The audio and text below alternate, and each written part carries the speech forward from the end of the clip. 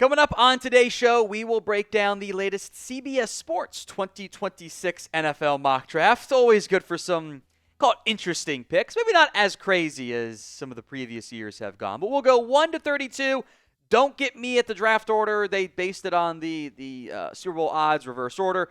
Didn't adjust for how the playoffs would actually work. So do make note. You'll see 3 AFC teams in the last 4 picks. Not my fault. Pick number 1, Arch Manning, out of Texas, gets to go play for his granddad's team. If Arch puts together the type of season I think everyone expects him to, wins the Heisman, Texas wins a Natty. Maybe he does go pro earlier than expected. But he also hasn't thrown 100 passes yet in his career, so there is some unknown with Arch, despite the massive level of hype around him. We got more quarterbacks to get to. Do you guys want a, way too early, not so much rankings, but, look at some of the top prospects to watch among the quarterback group? If you do, show it by liking today's show. Number 2, LaNorris Sellers out of South Carolina. Gifted dual threat at 6'3", 240, big arm. I need to see some more stability, some productivity as well, just in terms of accuracy, everything else there. So I am excited about Sellers, but there is, projection involved with all of these players here. The Giants at 3, Francis Mauigoa out of Miami, the right tackle for the Hurricanes, would then obviously plug in, I think, pretty decently. Opposite Andrew Thomas and to protect Jackson Dart, which Giants picking 3 is probably a new regime, which does make things a little bit dicey here. I am a little surprised to see Caleb Banks at number 4. I think there is upside. There is untapped potential. There is the ability to be a potential top 15, top whatever pick in the NFL, but I am surprised that he goes 4 here. That's very early, and especially to be the first defensive player taken. Kadyn Proctor at 5, I think actually does make some sense. In this range as a potential franchise left tackle. I am curious how Tennessee would play this because you just signed Dan Moore to be your left tackle. You're going to put J.C. Latham back on the right side. What is your plan? Who moves inside the guard? I am curious how that one would, fit. Allar, out of Penn State, number 6 here to the Las Vegas Raiders. The traits are there.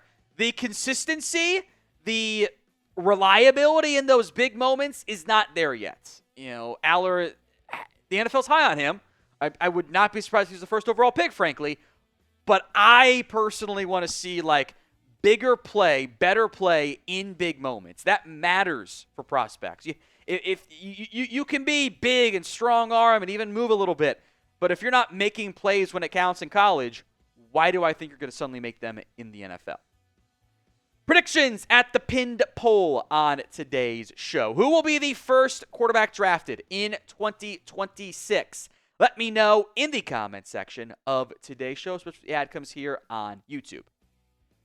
Carolina at 7, Spencer Fano out of Utah. I am curious if Carolina thinks tackle will end up being in need next year. There are some young guys. Guys got to take a step forward there. I think there is potential for him to be the first tackle taken, though. Offensive tackle taken. Browns at 8, Jordyn Tyson. I do think we'd be talking about him a little bit more had he not missed some of the college football playoff with injury. I think that Chris Trapasso, who did this mock draft, by the way, is very high on Arizona State in general, but receiver is an obvious area of concern long-term for Cleveland. T.J. Parker here to the Indianapolis Colts at number 9 overall. Don't let the CBS Sports typos fool you. They have it as T.J. Packer, not his name, and a Patriots logo, also wrong. It's the Colts. That's the pick here at number 9. We'll correct the typos for them on the show. I think top 10 is good value there. 11 sacks last year, 20 TFLs, part of a really, really good Clemson team. Ruben Bain Jr. out of Miami. Kind of banged up this past year, wasn't as productive. I think he gets back to his freshman year campaign. This will not be a huge surprise. I know myself and producer Chris are big fans of Peter Woods out of Clemson at number 11. I love his game. I don't really get another investment at defensive tackle for Seattle, but the player, I think this is good range for him. Cade Klubnik out of Clemson here to the Rams. This pick via the Falcons, by the way. Wouldn't be surprised if the Rams pursue a QB with We're going to do the Matthew Stafford thing again next year, by the way. It's just how it's going to go. The way his contract is set up. Klubnik, I think, is kind of being a little bit undervalued. Again, I am extremely excited about Clemson and what they could potentially do this year. Center at 13 is, honestly, it just doesn't happen. That's Jake Slaughter out of Florida, who maybe could have been a top 75 pick had he turned pro if you wanted to. It's a need. O-line help is needed. I'd be a little surprised if a center went top 15. That just doesn't happen very often. Love Caleb Downs to my Cowboys at 14. This is one of my favorite players. I love not everyone likes watching safeties. I've noticed when it comes to like NFL draft study, they think it's boring. I'm a big fan of it. I'm a sicko in that regard. I think this is one of the best players in the NFL draft this upcoming year based on what we've seen so far. The Cowboys don't invest in safeties this way, but it might be a need for them, and it's a great player, so I'd be all for it. I just don't know if they'll actually go down that path. Now, you can get NFL rookie jerseys for this year's past class in 2025 by going to chatsports.com/NFL jersey. All jerseys are available over there. It's not just the rookies, so you'll see like a George Pickens. You'll see a Shadur Sanders high. It's based on like who's selling the most overall. So you don't have to sort or filter or search for your team and or player, but they're all available. Chatsports.com/NFL jersey. Links in the comments and the description of today's show. Cardinals take Keldrick Folk out of Auburn. I do think that is a good football player who's got kind of some inside-outside flexibility, which I think is something the Cardinals could have some interest in. I don't know if they're going to spend another premium asset on that type of player. Like, they spent a third-round pick on Jordan Burch. They signed Josh Sweat, and they have a second-round former pick in B.J. Ojulari. They added Baron Browning. They've got first-round pick in Walter Nolan. Like, at some point, like, can the offense get some help? But I think the player value is about right here. A surprise at 16. Sam Leavitt, the Arizona State quarterback here. By the way, no Garrett Nussmeier in this mock draft. I don't know if he's really going to be a true first-round pick. He's going to have a lot more pressure on him with no Cam Scadaboo. But we'll be paying a lot more attention to Arizona State than we did, this time last year. Danny Dennis Sutton out of Penn State goes to the Chicago Bears here. Oh, look, it is another very talented, gifted, athletic pass rusher out of Penn State. That's kind of all they do out there. Long term, okay. They did sign Deo Deningbo to help out at edge, but maybe Jeremiah Love could have been a fit here. But I'll give CBS credit, not doing just the Jeremiah Love pick that I and everyone else has been doing. 18, Denver, Evan Stewart. This is like the ultimate, this is the year he breaks out. Super highly touted recruit coming out of A&M. Didn't produce very well. Goes to Oregon, was third on the team in receiving yards. There is untapped talent here that has people excited. Number 19, Avion Terrell. That is A.J. Terrell's brother, so it'd be fun to have them get to kind of square off twice a year. I like Benjamin Morrison. I think this is the right range for this type of player to go. I think this is about where Terrell should be mocked right now. I do think it's worth mentioning the Bucs drafted 2 corners on day 2 last season.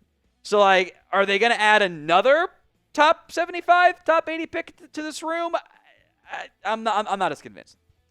I do think Jermon McCoy to the Chargers makes a ton of sense. Corner is still a need for them. I would not be surprised if McCoy ends up being the first corner taken, by the way, in the 2026 NFL Draft. Now, if you want more free NFL Draft YouTube videos, you've come to the right spot. Hit that sub button so you don't miss out right now. If you took a photo and just cropped off the jersey and said, where does this guy play? Iowa would be one of your first 2 guesses. Gennings Dunker, which also is an elite offensive line name too, by the way. To the Houston Texans. I appreciate, by the way, that Trapasso's doing some different names in there. He's got some real ability. I think the fit of Harold Perkins with Minnesota and Brian Flores actually does make a lot of sense, given the way that Perkins is kind of like this awkward, weird tweener. I think the Vikings could maximize him. Coming off another injury, kind of a down year, back-to-back years in a row, I don't think he should be a top 25 mock draft pick, at least for now. Caleb Lomu out of Utah. Hey, let's get the Niners off tackle. At some point, they'll take one early, right? LT Overton, this is kind of like let's try again with the Lucas Van Ness pick.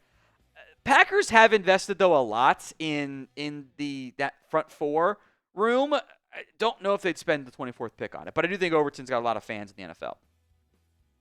Armaj Reed Adams out of Texas A&M, who I have not seen any other mock draft, so tip of the cap to Chris for going a little bit different on that one there.